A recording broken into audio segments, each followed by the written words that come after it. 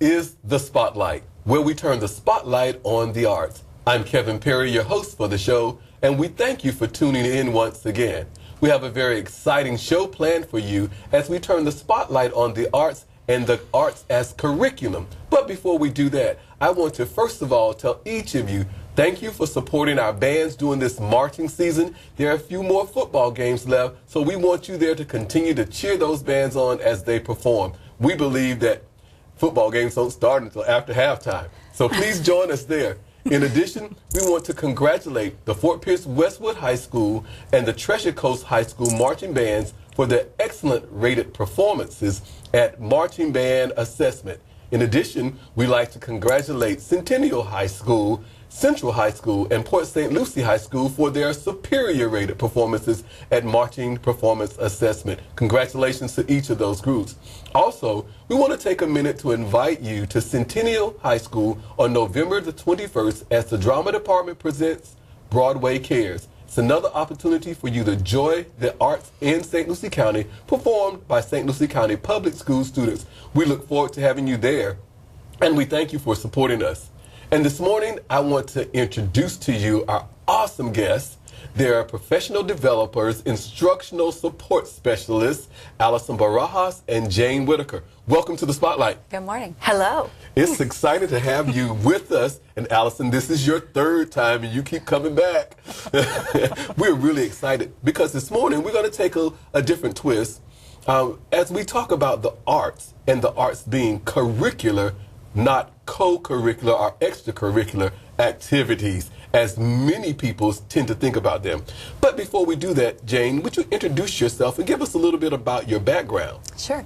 I have been an elementary music teacher throughout the district for the last 15 years, which is hard to believe I've been here that long. But in August, I joined the Professional Development Department, and I'm now an instructional support specialist, working along with Allison and several other wonderful people that are part of the district, and just working with schools, trying to incorporate the Common Core. And really, our job really is to kind of support the resource teachers, music, band, drama, art. We get all the wonderful parts of the education system.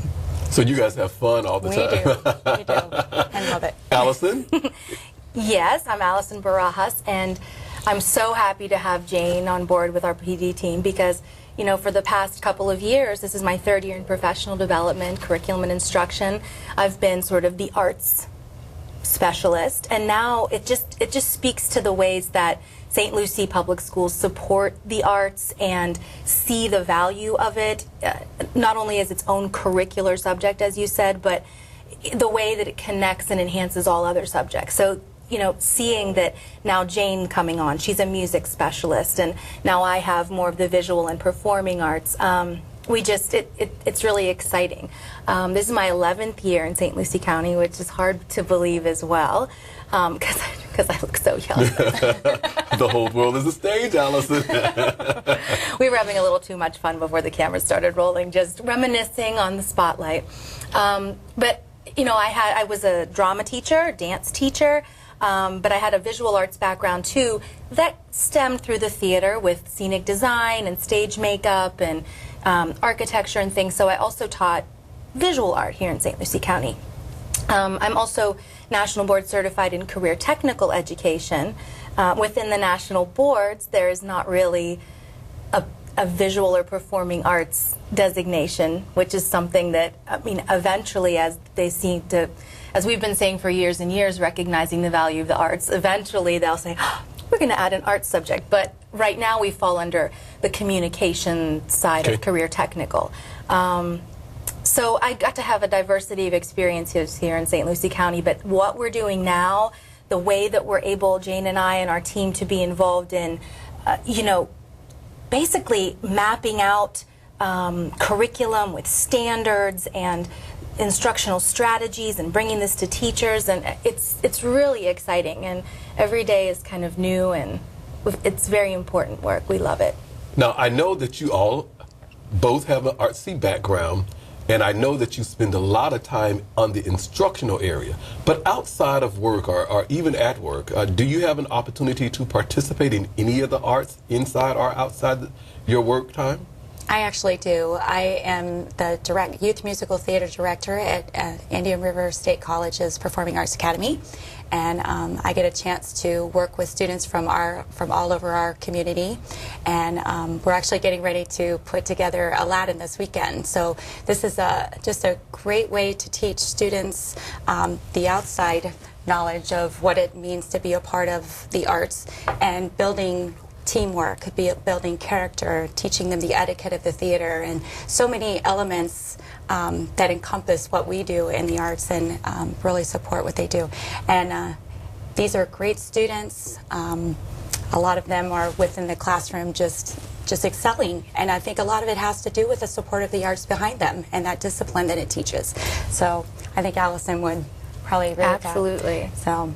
Are you participating, Allison, in anything outside of work with the arts? I was just thinking that when you asked. You know, I have a couple of little ones now. Yes. So before that, you know, I used to make sure that I at least did one play a year to just, you know, feed that performance That sort bug, of. yeah. Exactly. But in reflecting while Jane was talking, I was thinking that since I've had little ones, I've had to find ways to sort of express that, you know, it might be at midnight when the kids are in bed and everything's done. So I actually, for probably 3 or 4 years, have been flexing that visual side, and I've done several different commissioned works, a couple of series of paintings and things like that, because in visual painting and sculpture are my focus areas. So you know, last year I did a series of 12, you know, 11 by 17 original watercolors that I sold to Keurig, you know, the coffee company, and they put them on their corporate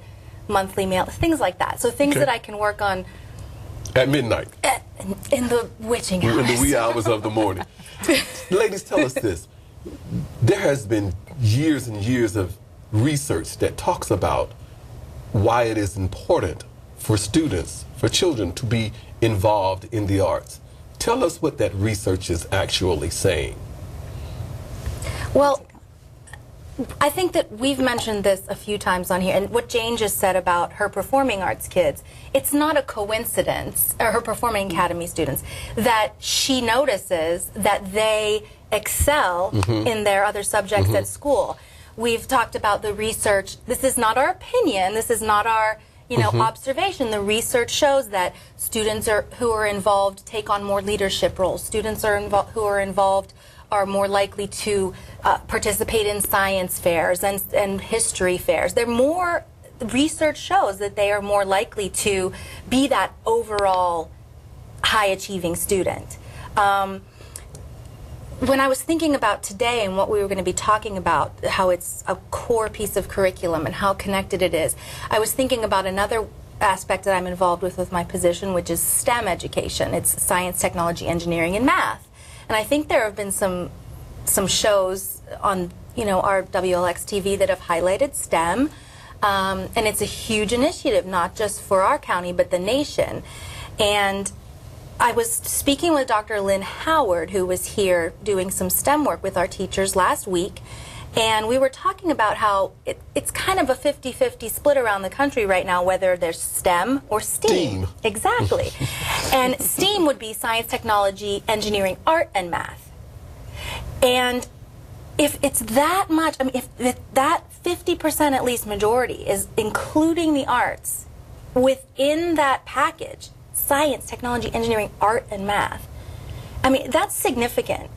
And you don't just throw that in there as a throwaway subject. And I asked her, what's your opinion? You've worked all across the country with STEAM and STEM. And she said, STEAM. I think that including the arts it's that missing piece. Well, when we think about the arts, we know how the arts are connected. When you think about vibrations, music vibrations, it has to be science. When you think about the clef and the time signature, it has to be math. Go ahead, Jen. Well, what I was going to say is I think a lot of people don't realize how much of the others subject areas that we incorporate into the arts, because even when I was teaching elementary music, I taught science, I taught social studies, I taught math, I taught English language arts. I mean, there was so many different things that we could encompass within our but just a little non-traditional way. Exactly. Which enhanced what the kids were learning because they were getting double what they were getting in the classroom. So I think there's a lot of misconceptions that music's just a standalone. a standalone, an extracurricular, like you had mentioned yesterday. And but it's not. It's so core to what the education is in building the whole child. And hopefully, we can get the community even more aware of that here. Look, when people are a teacher in, a elementary classroom that has all those core subjects to teach. Look when they are faced, as we see teachers come to us sometimes with, having to differentiate for their students. What do they do to reach those students? They usually incorporate something visual, something kinesthetic, the arts, essentially. Yes. So that shows you there too. The ways that you reach those students, the ways that you tap into those thinkers is through the arts. And sometimes those students, who was just talking about, Edison. This was at Allapattah Flats. They have a teacher there, Becky. I wish I could remember her last name right now to give her credit, but she was talking about how she was growing a program and telling the kids how Thomas Edison was thought to have been, developmentally impaired in his classroom because the teacher just did not know how to access that kind of thinking. And imagine if we differentiated for him. Imagine if he was involved with, imagine Thomas Edison in a STEAM class, science, technology, engineering, art, and math. I mean, amazing. Amazing. One other background question, quickly, please. Research is also showing, data is showing that there is a drop in students participating in arts-related class. What's causing that?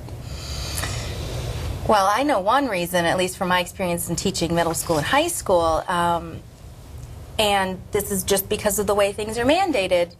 When a student, this is one of the reasons that I saw some drop-off. It's not for lack of desire, wanting to be in an arts class. When a student struggles, let's say, in reading, instead of allowing them to stay in their arts class, what's typically done is, if a student is very low in reading, they will be pulled from their arts class and given an additional reading intervention class. Okay. So they'll get two reading or two math, things to support, rather than, as I would say, a student would come crying and saying, oh my gosh, I'm losing my drama class, or oh my gosh, I'm getting pulled from art, and that's their passion, instead of having and it's not it's not teachers, it's not the administrators, it's really this time constricting time and the mandates, instead of teachers being able to problem solve and administrators saying, you know what, you're the reading teacher, I'm the art teacher. Let's collaborate. Let's collaborate together. There's no time. Let's collaborate. Let's find a solution. This is how we're going to enhance his reading through art. That is what makes sense. But that's what I've seen. Any other drop-off reasons that you notice? I agree totally. That tendency to take the electives away, and those students really need that outlet more than they.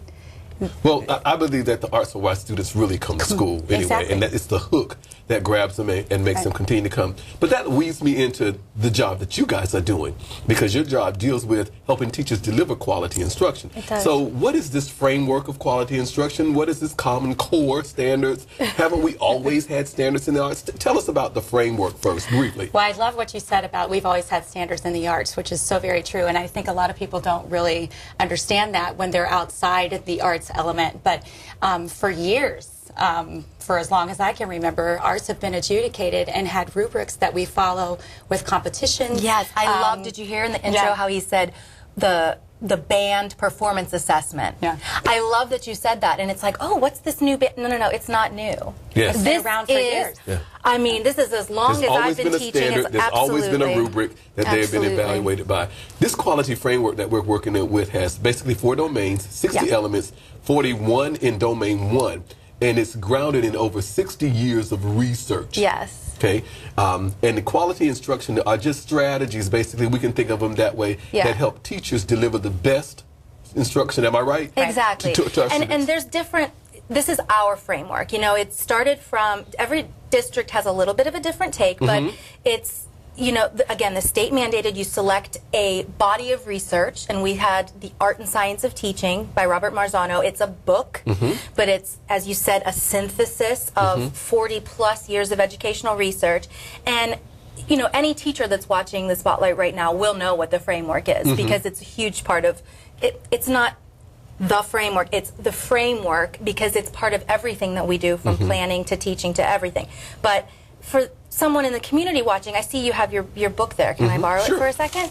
So, you know, this, we call this the placemat, and this is what Dr. Perry was referring to. This is domain 1, 2, 3. This is, it's not just this conceptual thing, the framework. We have a map, we have every single thing on here has a body of research behind it, examples and strategies, like, you know, for example, we have number 11, elaborating on new information.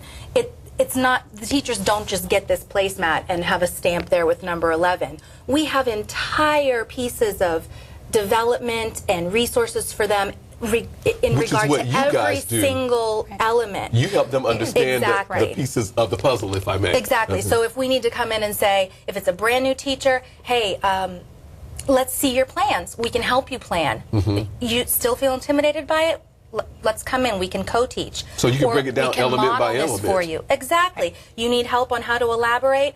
You know, let's co-teach. And when it comes to that, I'll show you how to stay with a student and give them elaborative interrogation and say, how do you know that? And what does that mean? And does it remind you of anything that we did before? Each element has a reason for, it's not just a mandate, it's not an evaluation, it's about making every student so much better. It's strategies, and I love it. It's very exciting, and I've seen it do some amazing things. And I tell you what, why don't we take a look at some of that? We're going to go to Fort Pierce Magnet School of the Arts with art teacher Gerard Saltis. Oh, he's great. Let's take a look at what he's doing with his students. There's a statement over here that's made about the elements, showing how important that they are. And again, based on our learning goal, we get someone to read our learning goal here. Who would like to read that? China, would you do that, please? The students will understand the elements of art and be able to apply their understanding to the creation and appreciation of the artwork. Very good. So you're being able to understand the elements. You can take that and create artwork. Okay. And you guys have done that throughout this year. The name designs that we've done, and these line designs, the paintings that are in the hallway, you were able to take the visual elements, lines and shapes, colors and space, and to put that together to produce an artwork. And that's why on this chart, the elements of art will be our focus for the year. Everything that we do, we're going to relate back to that. Ladies, tell us what we just saw with Mr. Saltis and his students, and related to the placemat. Well, as is related to the placemat, the first thing that you saw was his integrating with the learning goals and the rubrics and talking to the students specifically about what the plan was for the day, what's the objective. And we really love that, because if someone were to walk into the classroom and ask a student, what is it that you're working on? The students are going to be able to reflect that back to whoever walks in to, you know, maybe in the middle of the lesson. They're going to have a clear understanding about what's expected of them and what their goal is and target is for that particular lesson. And then the other thing that we saw was that he had the kids work with a partner, and they were able to reflect a little bit on what the lesson was about and what they took from it. And that's just great practices in teaching. So the learning goals, is that an element in our placemat? It is. It's element number 1. And you also talked about working with a partner.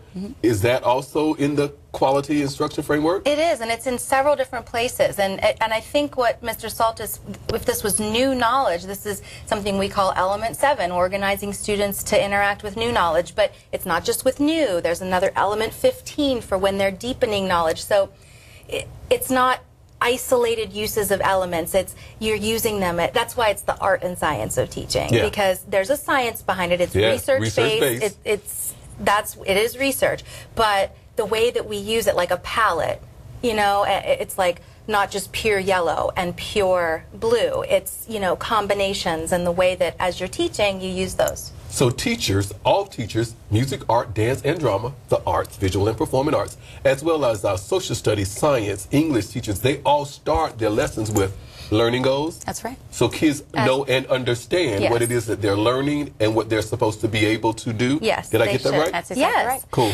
And it's not, you know, there are varying degrees of the ways that teachers are using them, but what the research says, and we not only go on the art and science research, but there's the John Hattie book that all of you How they and your colleagues fix our and the strategies, administrators yes. have used, and now teachers are using, where it shows real deep ways that these are effective. So one of the highest yield strategies, and you've said this before and you've highlighted it here before, is goals. Students having a clear goal. I mean, it is just off the charts effective when a student, and that's why we use learning goals and scales, when a student knows what the goal Exactly is what it and is. how to get there, where they're going, and how everything that we are doing in the classroom has been specifically designed by that teacher to get there. That it's not all over the place. I mean, it will make an impact on students. So it's like the directions that I may need to get from Port St. Lucie to Sebrings, exactly the turns and stops and roads. Exactly. Very direct. Let's go a little bit deeper. Let's take a look at drama teacher extraordinaire Lisa Stewart from Fort Pierce Central High School All right. and her students, and we'll come back on the tail end and talk about what we see as it relates to the framework here too. Yeah, of course. All right, everybody ready? Yeah. Show me a mistress that is a passing fair, where I may read who passed that passing fair. She is too fair, too wisely too fair. Yeah, it gets even kookier, okay? That's why his parents looked at him like he was crazy. That's emo, Romeo. Wow, that was exciting to watch Miss Stewart and her students. And I don't talk to us about what we saw, and then we'll relate it to the element quickly. Oh, Lisa does such a great job in the Yeah, drama class. yeah. It's always fun to watch. The whole We world is a stage. It is, and we always enjoy watching what she's put together. In this particular lesson, the kids were working on a Shakespeare sonnet, and she very creatively added some action, because we know in research, again, that when students are doing something, they remember it when they've got movement added to it, and she did it very effectively. Those would cover elements 27, 28, and 29, which Allison will maybe hit on a little better. But what she did, what I really loved, was she kind of took the Shakespearean sonnet and kind of took a little Dr. Seuss twist. And in a different part of the clip, you would have heard her say that to try to kind of bring in the previous understanding, something that the kids would have understood in their background knowledge. Everybody knows Dr. Seuss, and everybody understands the rhyming aspect of it, and then she just brought in the Shakespearean sonnet that maybe sometimes students wouldn't necessarily understand that kind of language, but she was able to really incorporate together. So maybe talk about those elements that we saw. I will, and see, this is how I love how everything is so interconnected, because what Jane was just talking about with Lisa tapping into prior knowledge. I mean, they probably didn't read, they might have, but they probably didn't read Dr. Seuss for the first time last year. Probably They not. are introduced to that so early on. And that speaks to Lisa just being so in tune with what works and the shift to this Common Core. Because look at what the Common Core is doing, that spiraling where students touch on similar concepts over and over throughout the years and get a deepening, not additional things added, a deepening of what they already know. So, I mean, intuitively, she's tapping into that from something kids probably heard in kindergarten. But yes, Jane referred to elements 27, 28, 29, which involve, you know, a lively pace and using physical movement like the students were doing. And yes, Lisa tapped into the prior knowledge with Dr. Seuss, but certainly she had to have introduce these students to Shakespeare. She had to have laid a foundation of iambic pentameter for them and had them What understand a sonnet is, exactly Romeo and Juliet, who they were, the characters, yeah. And even done some team building to make them feel safe enough to get up and express themselves physically like that. So, yeah, I'm sure that she... And you could tell that they were really enjoying that lesson too, so it was very engaging. She did a great job. It's been exciting talking about how we use the framework in the arts, because the arts are not extracurricular activity, they're curricular activities. Quickly, we just have a minute left in the show. What would you say to a parent to entice that parent to ensure that their child participated in one or more areas of the arts? Jane? Wow, that's such a huge question, because there's so many. Oh, wow. Yeah. Maybe like, you know, what's your biggest dream for your student? What could you imagine in your wildest dreams? What would you want your child to be? A award-winning scientist, the president, whatever they say, you could say, well, get them in an arts class, because it's going to only enhance what they're doing. Yeah. And if you notice, a lot of our, you had just mentioned the presidents, how many of them have been instrumentalists? Oh, and really? Yeah. Yes, yeah. And my kids did a little study on that for a history thing, but That is cool. it really is. But if I was talking to a parent, that would be the first thing. I agree with Allison, that the background of the arts just instills so many character qualities that and building that academic strength that every child can only benefit from. It's been a pleasure having both of you on the spotlight for this month. As we introduce our audience to Common Core and the instructional framework for quality instruction, so that they know that the arts are not just a frill or the fluff, but they're actually a part of natural instruction. If you look at elementary students, they learn everything in kindergarten and first grade by using movement, art, dance, and drama. So they have to be core to the curriculum. We'll come back on the tail end some other time and talk about the arts. But I want to thank both of you for joining us. Thank Lisa Stewart and Gerard Salters for their students. We thank you for joining us on the Spotlight. Keep tuning in, and we'll keep bringing the arts to you here in St. Lucie County. Thank you.